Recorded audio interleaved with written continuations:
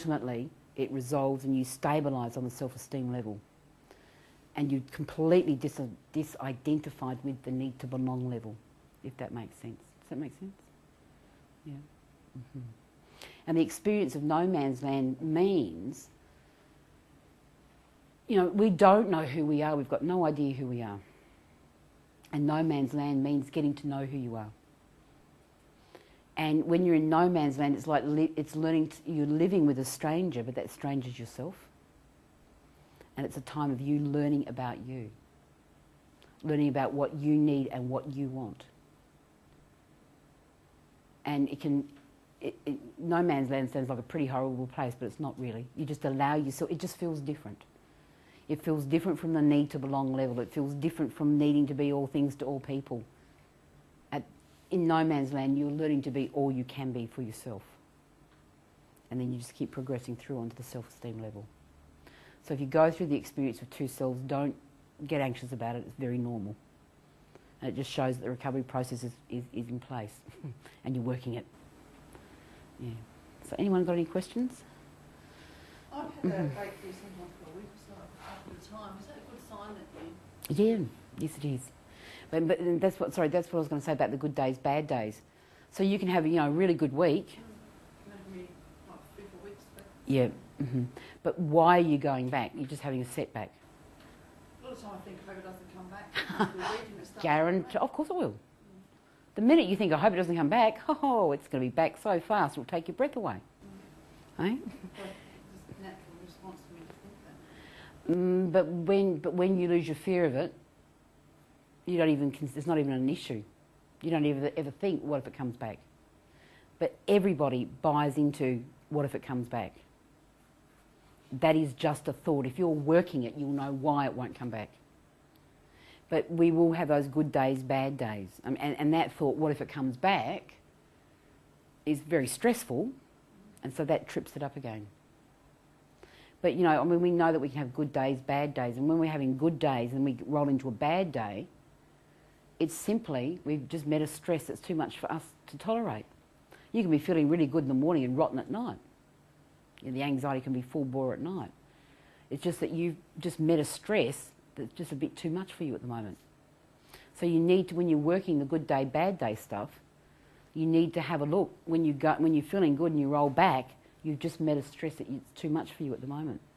And those thoughts, what if what if it comes back? It's going to. Recovery is the loss of fear. It doesn't matter if you have an attack. It doesn't matter if you get anxious. It doesn't matter if you have an odd obsessional thought. So what? You don't buy into it. You simply do not buy into it. And recovery is going to mean that you need to learn all over again what it's like to have a bad day. The whole world has bad days. It's not a sign your anxiety is coming back. You're just having a bad day. Recovery means all over again learning that if you're not eating properly, if you're missing meals, because usually when you recover you're burning the candle at both ends, so you're sort of not eating properly, you're skipping meals, that's going to mean you're going to feel lightheaded, a bit dizzy, feeling physically weak. It's not your disorder coming back again, it's simply you've missed a meal or skipped a couple of meals. Learning to come back, learning to be normal all over again means if you only get 3 hours sleep or 4 hours sleep because you've been partying on, you're going to wake up in the morning and you're going to feel grotty. It's not your anxiety disorder coming back, it's simply you haven't had enough sleep. It's learning all over again what it's like to be normal. And as part of this, part of recovery is the graded exposure, to work on our avoidance behaviour.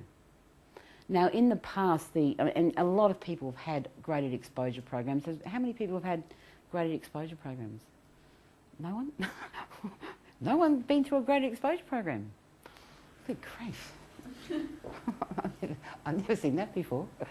Do you know what I mean by graded exposure? No? Yeah. Yeah, that's right. Yeah. Mm-hmm. Part of our recovery is going to, I can't believe no one's been through one. Wow. Now I've totally blown my train of thought. Sorry. We're going to need to work on our avoidance behaviour. And that means putting ourselves back into situations and places that we've been avoiding.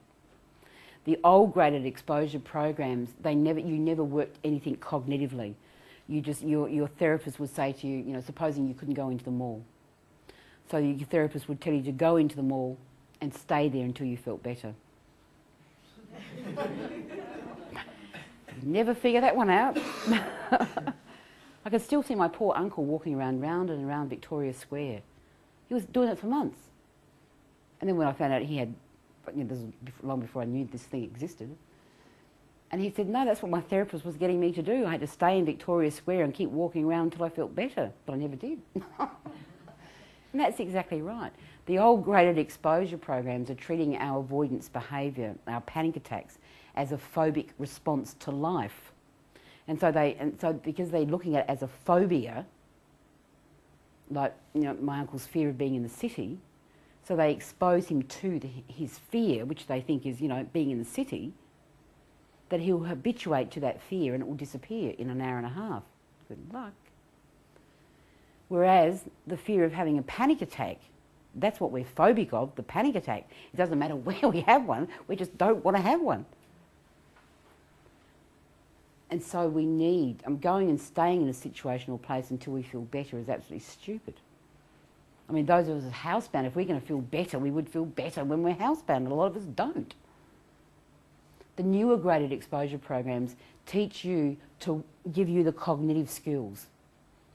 They teach you how to work with your thinking, and then you go back out into situations and places that you've been avoiding to develop your cognitive abilities, to enable you to learn to be able to manage your panic and manage your anxiety in those situations and places that you've been avoiding. But, the cognitive therapists know I say this, because even now with the newer graded exposure programs, they are still saying to you, you have to stay there until you feel better. And I think that's ridiculous, especially when you're first learning to work with your thoughts cognitively. If you could stay there and feel better, what's the point in having cognitive therapy? And because we all try to be the perfect patient, I have to stay here till I feel better, working and thinking, stay here. I mean, nuh-uh. Allow yourself to ease into it. Go and put yourself back in situations and places, learn to work with your thinking, but remember in the early days, your skills are very rudimentary and you're not going to win every burst of anxiety, you're not going to win every panic attack. You might win 1 panic attack out of 5, then 2 out of 5, then 3 out of 5, etc., etc. So you've got to build up to it. So put yourself out in situations and places, work with your thinking. If it gets all too hard, come home. It's not failure. It simply means you've still got to just do a bit more work on your thinking. And it's not failure if you're out there the next day having another go. And if it's too hard the next day, come home, as long as you're out there the day after. The people with social anxiety, some of the exposure programs is they want them to go into a restaurant, because a lot of people with social anxiety have a fear of eating in front of other people, which I think I forgot to mention yesterday. That's a big one.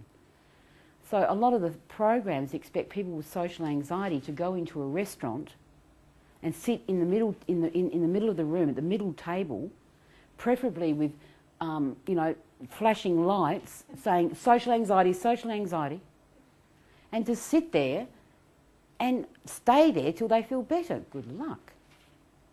If we go into a restaurant for the first time, and if we want to sit behind the potted palm, then sit behind the potted palm. It simply doesn't make any difference.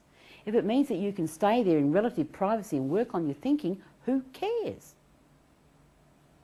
For all of us going to the theatre, going to the pictures, a lot of us need to sit on an aisle seat by the exit. Your therapist wants you to sit in the bowels of the theatre. Now, when you're first learning to do this, if you know that you can get out real quick, the chances are you're going to stay there and work on your thinking. But if you're trapped in the bowels of the theatre and, I've got to climb over all these people and look how far it is, to the exit, it's just going to make you panic even more. So if you need to sit on an aisle seat by an exit, do it. It simply doesn't matter. Work with your thinking and you'll probably be able to stay there the whole way through. You will get to the point where you can sit in the bowels of the theatre, and who cares? So what? You simply don't care. about if you have an attack or if you ever have to climb over half the audience. It simply doesn't matter. It's learning to make allowances for yourself. It's learning to do what feels comfortable for you. It's learning for you to listen to your own intuition. And that's also part of this whole process. We are very intuitive people, but we turn off our intuition. That's one of the things that we've turned off. But if we start to listen to our intuition will guide us through to recovery, and that's the best teacher you could ever want to have.